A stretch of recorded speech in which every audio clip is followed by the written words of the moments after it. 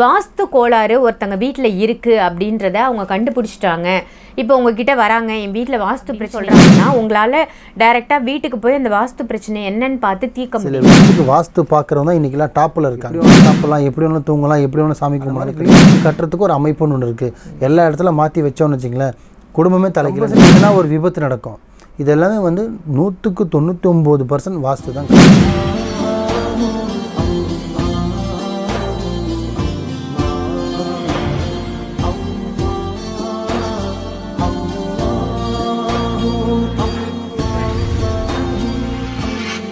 மர்ஜன் நேயர்கள் அனைவருக்கும் அன்பான வணக்கங்கள். இன்னைக்கு நம்ம புழல் காவாங்கரையில் இருக்கக்கூடிய மாலிக் பாயை தான் சந்திக்க வந்திருக்கோம். வணக்கம் பாய். வணக்கம்மா பாய். இன்னைக்கான கேள்வி என்ன அப்படின்னு பார்த்தீங்கன்னா, வாஸ்து கோளாறு ஒருத்தங்க வீட்டில் இருக்குது அப்படின்றத அவங்க கண்டுபிடிச்சிட்டாங்க.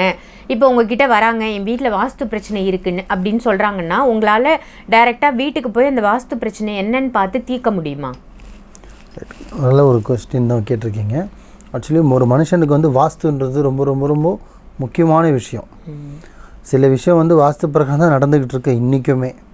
சில பேர் அதை நம்புகிறாங்க, சில பேர் நம்பலை. வாஸ்துன்றது ஒன்று இல்லை அப்படின்னு. சில விஷயத்துக்கு வாஸ்து பார்க்குறவங்க தான் இன்றைக்கெல்லாம் டாப்பில் இருக்காங்க. எப்படி வேணால் சாப்பிட்லாம், எப்படி வேணால் தூங்கலாம், எப்படி வேணால் சாமி கும்பிடலான்னு கிடையாது. இப்படி தான் சாமி கும்பிடணும், இப்படி தான் தூங்கணும், புரியுதுங்களா, இப்படி தான் வாசல் வைக்கணும் அப்படின்னு சில விதிமுறை இருக்குது.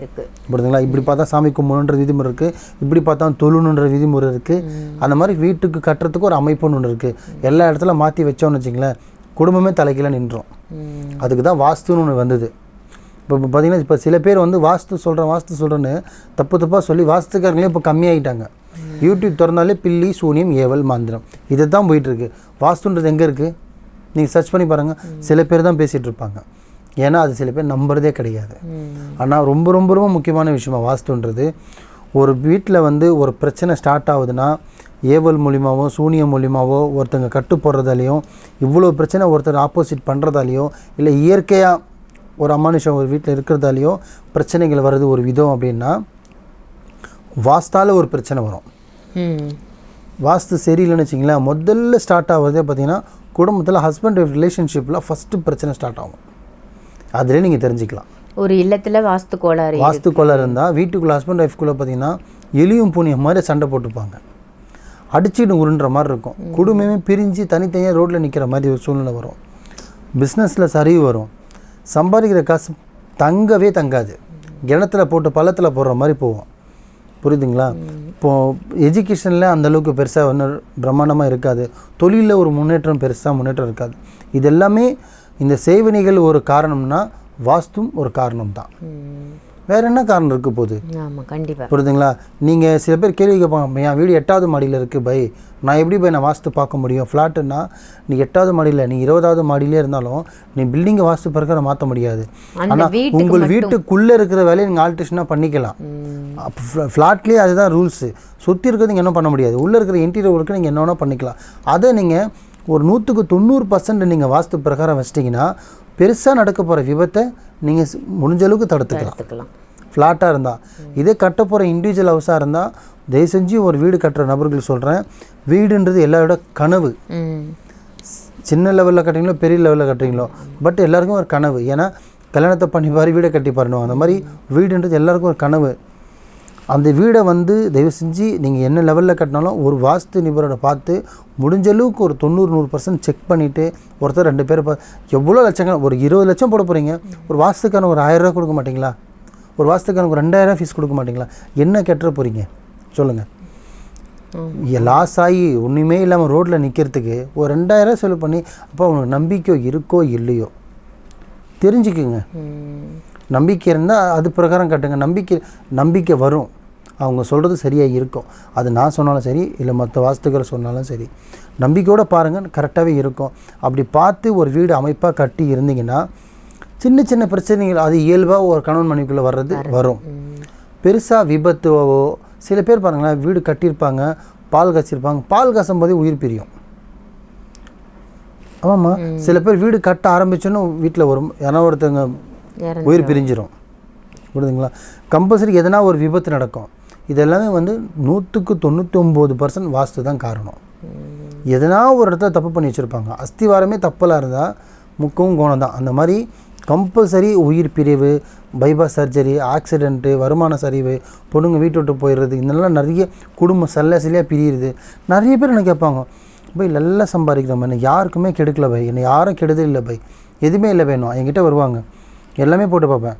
இவனுக்கு என்ன சேவன் வச்சுருக்காங்களா, ஏவல் ஏவி விட்ருக்காங்களா, இல்லை முன்னோர்கள் கருமா இருக்கா, எல்லாமே பார்க்கும்போது எல்லாமே கிளியராக இருக்கும். வீடு பார்த்திங்கன்னா வாஸ்து இருக்காது. ஒரு மனுஷனுக்கு எல்லாமே சரியாக இருக்குது.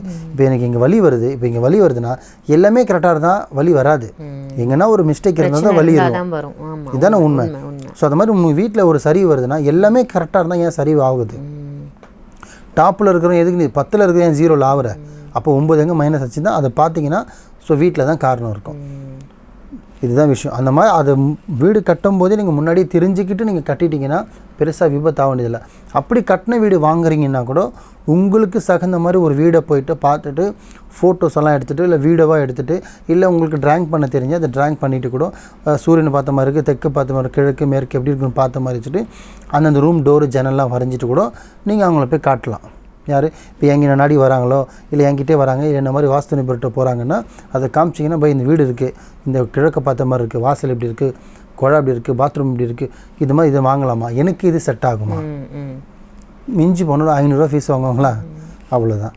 காமிச்சிட்டு நல்லா இருக்குங்க வாங்கி தாராளமாக வாங்க, இல்லைங்க செட் ஆகாதுங்கன்னா விட்டுடுங்க தயவு செஞ்சு. என்ன நம்ம வாழ்க்கை அதெல்லாம் நடக்க போகுது இல்லையா? வாழ்க்கை இல்லாமல் உங்களோட வாழ்க்கை உங்கள் பசங்க வாழ்க்கையை அங்கே தான் விதைக்க போகிறீங்க. அப்படின்னும் போது அந்த இடத்துல கொஞ்சமாவது ஒரு ஈரம் இருக்கணும் இல்லையா, விதைக்கிற விதையில். அந்த மாதிரி நம்ம கட்டுறோன்னா அதில் ஒரு அர்த்தம் இருக்கணும் இல்லையா. குடும்பம் வாழ்கிறதுக்கு தான் வீடு கட்டுறது, சரிஞ்சு கீழே இறங்குறதுக்கு வீடு கட்டலை. நிறைய குடும்பம் பாருங்க இன்றைக்கும் வீடு பணம் இருக்கான வீடு கட்ட முடியாது, பாதியில் நிற்கும், பெரிய பெரிய பில்டிங் நிற்கும், கோர்ட்டில் கேஸ் வரும், எதனா ஒரு பிரச்சனை வந்துடும், வாஸ்து பிரச்சனை. கேட்டால் நான் வாஸ்து பார்க்குறதுலன்னுவாங்க. எல்லாத்துக்குமே இருக்குது. அந்த மாதிரி தெரிஞ்சுக்கிட்டு பண்ணுங்கள். இல்லை இப்போ என்னை நாடி வராங்க, கட்டுறதுக்கு முன்னாடி வந்தாங்கன்னா அவங்களோட இடத்த இதே மாதிரி தான் இடத்த வரைஞ்சி எடுத்துகிட்டு வர சொல்லுவேன். இல்லை பிளான் போட்டிருந்தாங்கன்னா பிளான் எடுத்துகிட்டு வர சொல்லுவேன். பிளானை பார்த்துட்டு இல்லைம்மா இந்த மாதிரி மாற்றி வைங்க, இதை மாற்றி வைங்கன்னு எழுதி கொடுப்பேன். இல்லை வீடு வாங்கின வீடு இருக்குது, வாங்கிட்டேன் பை, இது சரி பண்ணிக்கலாமான்னு கேட்டால் வரைஞ்சி கொடு. ஏன்னா எனக்கு இங்கேருந்து அவங்க எப்படி டைரக்ஷன் சொன்னாங்கன்னா வரைஞ்சி சொன்னாங்கன்னா அதை அப்படியே வச்சு இல்லைம்மா கரெக்டாக இருக்குது கொஞ்சம் மாற்றிங்கன்னா கொஞ்சம் மாற்றிப்பேன். இல்லை பை கொஞ்சம் விஐபிஆர் நீங்களே வாங்க எனக்கு பிரச்சனை இல்லைன்னாங்கன்னா டைரெக்டாக நானே வருவேன். புரியுதுங்களா? வந்து அந்த குறைபாடை நீத்து தர முடியும். இல்லை பை என்னால் எதுவுமே உடைக்க முடியாது, வாஸ்துவை எந்த செவரும் உடைக்க முடியாது, எதுவுமே ஆல்ட்ரேஷன் பண்ண முடியாது, வாஸ்து பிரகாரம் வீடு இல்லை, அதுக்கு பரிகாரம் இருக்கா அப்படின்னு கேட்டால் இருக்குது. ஆரம்பம்னு இருந்தால் முடிவுன்னு ஒன்று இருக்கணும். சரிங்களா? ஸோ ஒரு மைனஸ் இருக்குன்னா அந்த வாஸ்துக்கு அதுக்கு மாற அந்த வீட்டுக்கு என்ன பரிகாரம் பண்ணால் சரி வருமோ அதை பண்ணலாம். 100% பண்ண முடியும். அந்த பரிகாரமும் நான் செஞ்சு கொடுத்துட்டு தான் இருக்கேன். நிறைய பேர் சொல்லுவாங்கல்ல பை வீட்டை வந்து நான் உடைக்க முடியாது, வாஸ்து போய் டோரை மாற்ற முடியாது, ஜன்னலை மாற்ற முடியாது, போர் போட்டாச்சு, சம்ப் எடுத்தாச்சு, கிணறு போட்டாச்சுன்னுவாங்க, ரொம்ப லாஸ் ஆகும் பை, வீடே வந்து சலிச்சிரும் பை அப்படின்வாங்க. அப்போ அதுக்கு தகுந்த மாதிரி 100% பண்ண முடியாது கிளியரு. ஒரு 70-80% 50 மினிமம் 50% ஒரு ஃபீஸ்ஃபுல்லாக இருக்கிற மாதிரி பண்ணி தரலாம். அல்லாவோட கிருபையால் நம்மளை நாடி வரவங்களுக்கு பண்ணி கொடுத்தது தான் இருக்கும். முடிஞ்ச அளவுக்கு வாஸ்து பார்த்து வீடு கட்டிங்கன்னா உங்கள் வாழ்க்கை சுபிட்சமாக இருக்கும். ரொம்ப அருமையான தகவல் கொடுத்தீங்க பாய். வாஸ்துவை பற்றி விரிவான விளக்கம் கொடுத்ததற்கு மிகவும் நன்றி பாய். நன்றிம்மா.